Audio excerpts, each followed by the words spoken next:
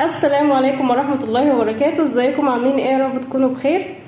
حابة ان انا النهاردة اتكلم معاكم عن معتقدات خاطئة بنعملها ومفاهيم هي بتضرنا اكتر من انها بتفيدنا، ومفكرين ان احنا كده ماشيين صح وبنعمل كل حاجة صح، واحنا بنلاقي الموضوع ماشي بشكل عكسي وبتأثر معانا بشكل عكسي ومش مدركين اللي بيحصل ده.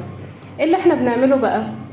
الناس، وانتوا على فكرة جربتوا ده، واكيد منكم دلوقتي سامعني وعارف ان هو جرب ده. الناس اللي بتحرم نفسها نهائي من الاكل لدرجه انها بتاكل واحده بس في اليوم، ونص الاحتياجات كمان في الوجبه دي مش بندخلها. طيب، هل انتوا بتلاقوا نفسكم بتخسوا على الوجبه دي؟ قطعا لا. يعني انا واثقه ان اللي جرب الموضوع ده، وانتوا بتيجوا على فكره بتشتكوا من الموضوع ده، انا عملت كل انواع الدايت ومفيش نتيجه. انا حارمه نفسي من كل الاكل ومفيش نتيجه، بل بالعكس حاسه ان انا جسمي قاعد بيزيد بيزيد بيزيد بيزيد. طيب، المشكله دي من ايه بقى؟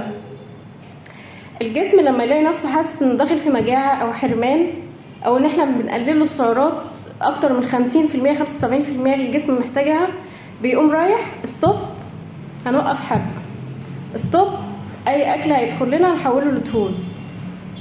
طيب، انا بحاول في طريق، انا ماشيه في طريق والجسم ماشي في طريق عكسي. انا بحاول ان انا انزل وبعمل حاجات مفكره انها هتفيدني، والجسم قاعد بيحول لي كل اللي بدخله له ده لدهون، كله قاعد بيتحول لدهون، والحرق واقف، الحرق واقف. طيب، ايه العمل؟ احنا هناكل 3 وجبات في اليوم رئيسيه عادي خالص، الكميات المناسبه اللي الجسم محتاجها. يوم ما احنا عايزين نقلل هنقلل، زي ما الابحاث العالميه وزي ما اتفقنا ان احنا نقلل حوالي 500 سعر حراري فقط يوميا.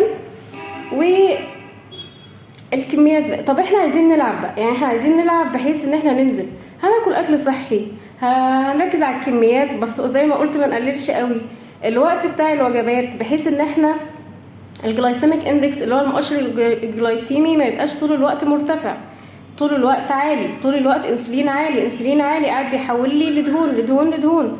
فاحنا بنحافظ على الانسولين دايما يكون منخفض او متوسط على طول الوقت، بحيث ان احنا بنقسم وجباتنا زي ما انا قلت 5 وجبات على مدار اليوم، بين كل وجبه ووجبه رئيسيه والتانيه 4 ساعات، وبين كل وجبه وسناك حوالي 2 ساعات. جربوا الموضوع ده. وزي ما انا قلت، الميه، قلت في الفيديو اللي قبل كده ان الميه مهمه جدا، خصوصا ان احنا الميه اللي هنشربها اول ما نصحى من النوم بتزود معايا الحرق.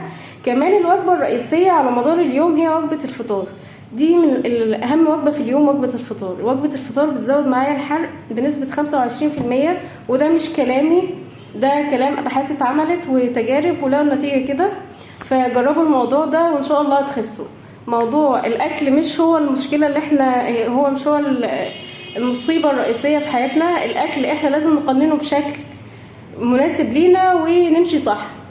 نحرم نفسنا خالص ده مش صح. ناكل في وجبه واحده في اليوم ده مش صح. جربوا الموضوع ده وتعالوا ادخلوا تحدي كده لمده اسبوع وجربوا، هتشوفوا الفرق. وابقوا تعالوا قولوا لي بقى في الكومنتات تحت. بس معلومه بسيطه، يا رب تكونوا استفدتم. واي حد عنده اسئله او حاجه يقولها تحت في الكومنتات، وان شاء الله هجاوب لكم على كل الاسئله. مع السلامه.